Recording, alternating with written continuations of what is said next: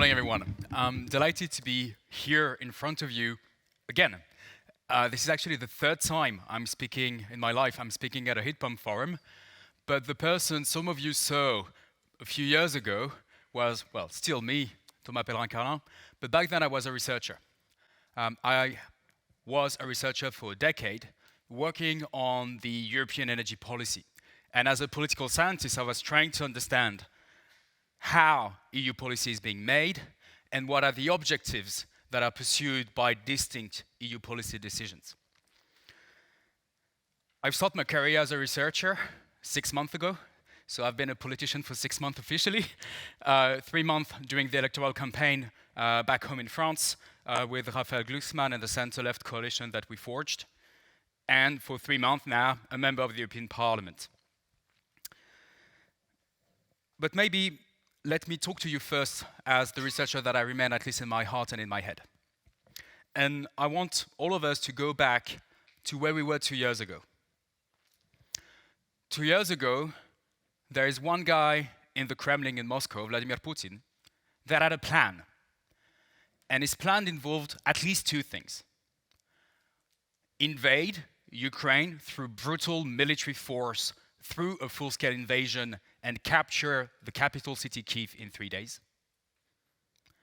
And the second phase of his plan was to put us, decadent Europeans, because that's the way he sees us, on our knees by creating inflation in our economies, targeting the Achilles heel of our system, which is our reliance on imported, foreign, and especially Russian fossil fuel.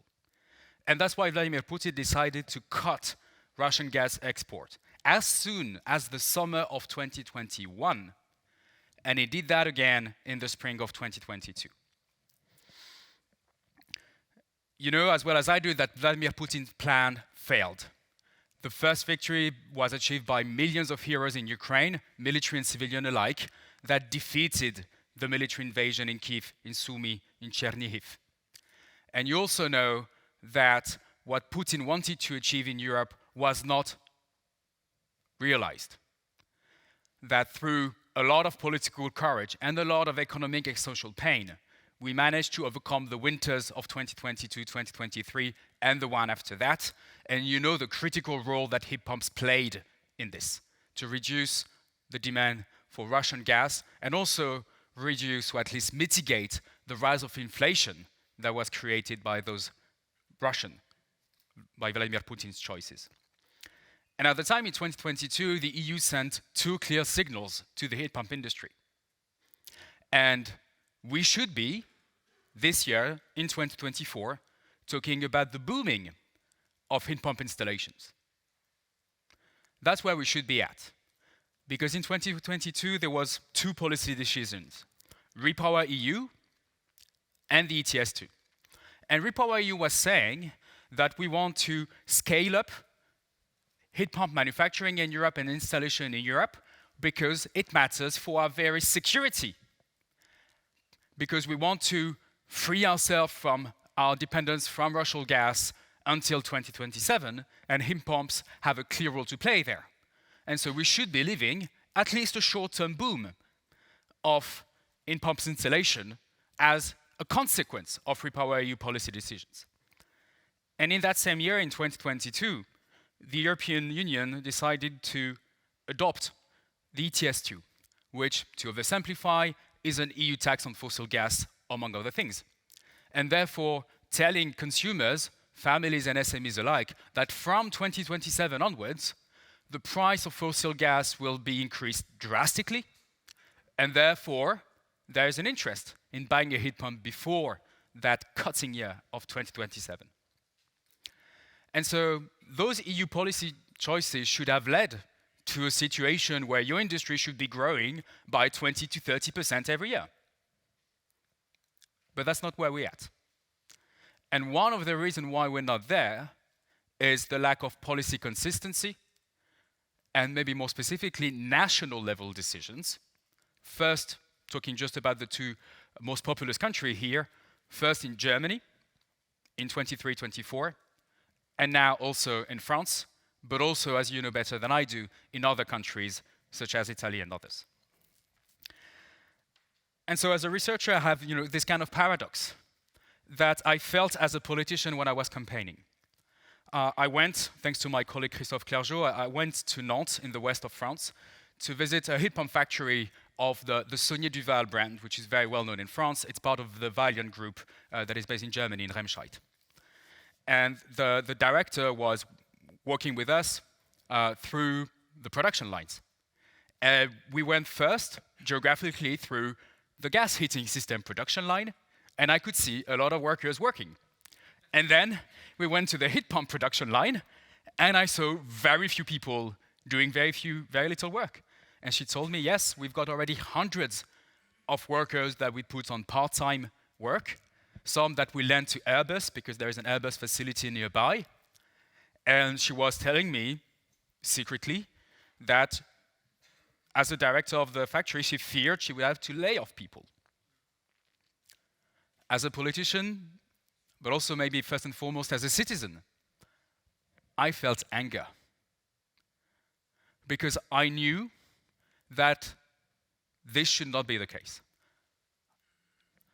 The campaign went on, I was elected, kept on looking at the news, so that 250 of those workers of Saunier Duval were now laid off. And this is not just a French situation.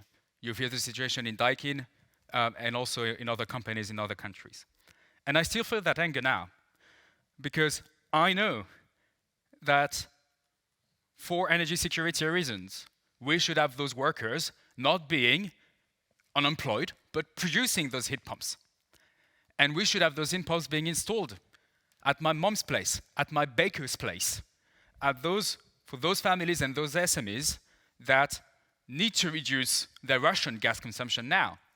And I also know that all the heat pumps that are not installed now and next year and the year after that increases the risk of political backlash against the ETS2.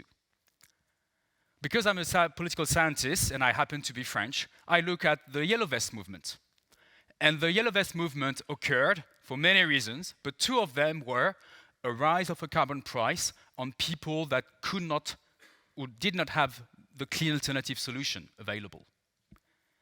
And to me, I think we are directly heading towards a form of Yellow Vest movement in 2027 or later in Europe. And the best way to prevent that is to have people buying electric cars and heat pumps now, to make sure that we can free millions of Europeans from their dependence on fossil gas, but also on fossil oil, both for heating and for mobility. But now I'm no longer just a researcher, I'm also a policymaker. So what am I trying to do with my comrades from the Social Democrats? We're having the hearings. I'll be meeting, actually in 2 hours now, I'll be meeting Dan Jangersen, who is the candidate to be Commissioner for Energy and Climate.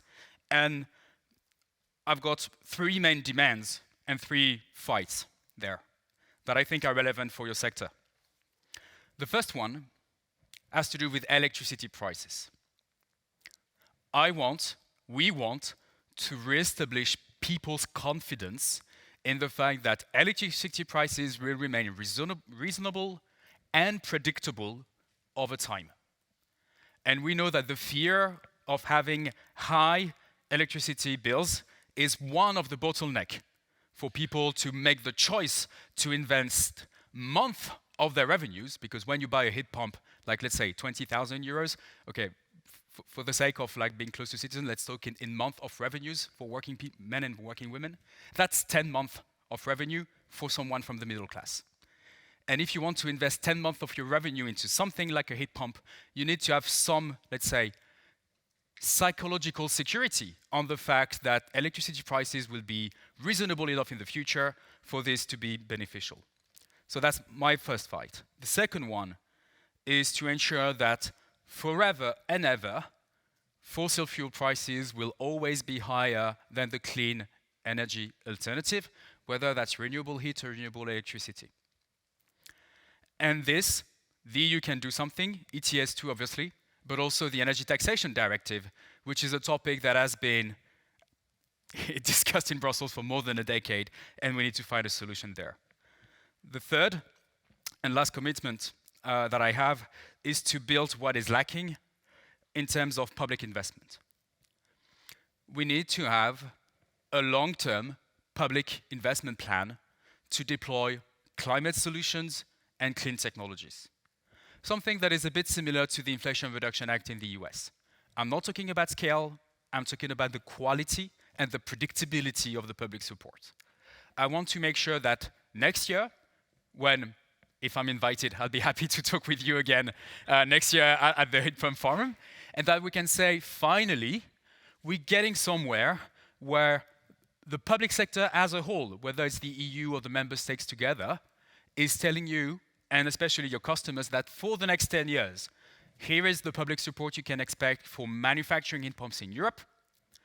Here is the public support you can expect to ensure that your clients, local authorities, SMEs, families can actually acquire the heat pump that we know they need now in order to preserve energy security, but also to preserve the political unity of the European continent that will be threatened if ETS2 is implemented and if we are in a situation then where the clean alternative technologies are not widely available for the middle class.